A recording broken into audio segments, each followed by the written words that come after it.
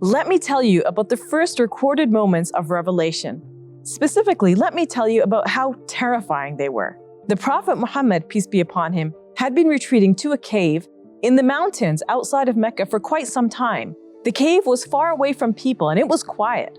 He could take some time out of the usual grind of life to reflect. One day, he was sleeping in the dark cave when he suddenly became aware of an overwhelming presence. The angel Gabriel appeared before him. He didn't know it was the angel Gabriel. He didn't know anything about revelation. All he knew was that in his half-asleep state, there was this being talking to him, commanding him. He was using the word iqra, which could be translated as read or recite. So perhaps you can understand a bit about how alarmed and confused the Prophet was. He told the angel, La ana biqari'. His statement could be translated as, I am not a reader, or what am I to read? The angel held him and squeezed him tightly. He repeated the command, Iqra. The Prophet Muhammad repeated his response and the angel squeezed him again until he thought he was going to die. Eventually, the angel recited for him the beginning verses of the 96th chapter of the Quran, which begins with, Read in the name of your Lord who has created you. Muhammad didn't understand the meaning of this visit. It was unlike anything he knew. He didn't know anything about divine revelation. He thought he might be demon-possessed, misled by this being. He was trembling when he returned home to his wife Khadija. Cover me, he told her. Khadija wrapped him up and consoled him. She told him that God would never abandon him, that he was a good and righteous person. She told him that she believed in him. And this is the first lesson from the story. In times of uncertainty, don't withdraw within yourself. Seek advice and guidance and love. The Prophet Muhammad recognized immediately that he needed to leave the cave. He needed to leave his state of solitude and reach out to others for help. And that's what he did. So seek comfort and protection in your loved ones. Let them be there for you. Don't let embarrassment stop you from getting help. Our loved ones play a big part in our well-being. They can boost our confidence and help us see hope at a time when we feel lost. We also learn from this story how to support people who are experiencing distress. Khadija was a warm, loving presence. She didn't criticize her husband. She reassured him. And she didn't stop there. She knew that she alone couldn't help her husband. She needed outside expertise and support. So she took her husband to her cousin, Waraqah. He had studied scriptures of the past. When he heard the story, he told Muhammad, You are the prophet we've been waiting for. The experience you had is the experience of the prophets in the past receiving revelation.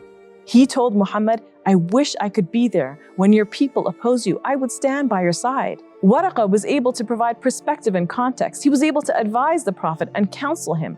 God has put good people in our paths for a reason. Reach out to them, lean on them, and let them help you. The second thing we learn is that being alone can be transformative. With COVID restrictions, we're unable to see our loved ones easily. We can't gather with our friends. It's an extrovert's nightmare. But although it is scary and uncomfortable, learn to embrace it because it can bring benefits to you as a person. The Prophet Muhammad was on a journey to find the truth. He was reflecting on his community's societal and cultural norms. He was developing his own ideas, strengthening his convictions, and clarifying his priorities. To truly transform and ready himself for prophethood and revelation, he had to be alone, away from distractions and mental noise. For us too, being alone can help us develop and grow as human beings. It can help us make better choices and decisions without being swayed by others. It can help us connect with our inner voice and discover what's truly important to us. This doesn't mean that we should be alone always. We need to serve others, to love, to be of benefit to the people and surroundings in which we live. But there is a place and time for being alone. The final lesson we learn, and this is something mentioned earlier in this series, great things can arise from difficult situations. That first revelation was the beginning of a series of revelations that the Prophet Muhammad would receive for the next 23 years. It would eventually form a text, which Muslims continue to read and follow more than 1400 years later. If the Prophet hadn't gone through that frightening experience, we might not be Muslims today. The Quran may not have been around to guide us in our lives. I leave you with these lessons, and with that, I end this series. I hope the stories I've shared with you have illuminated the path forward and shown you that you are not alone.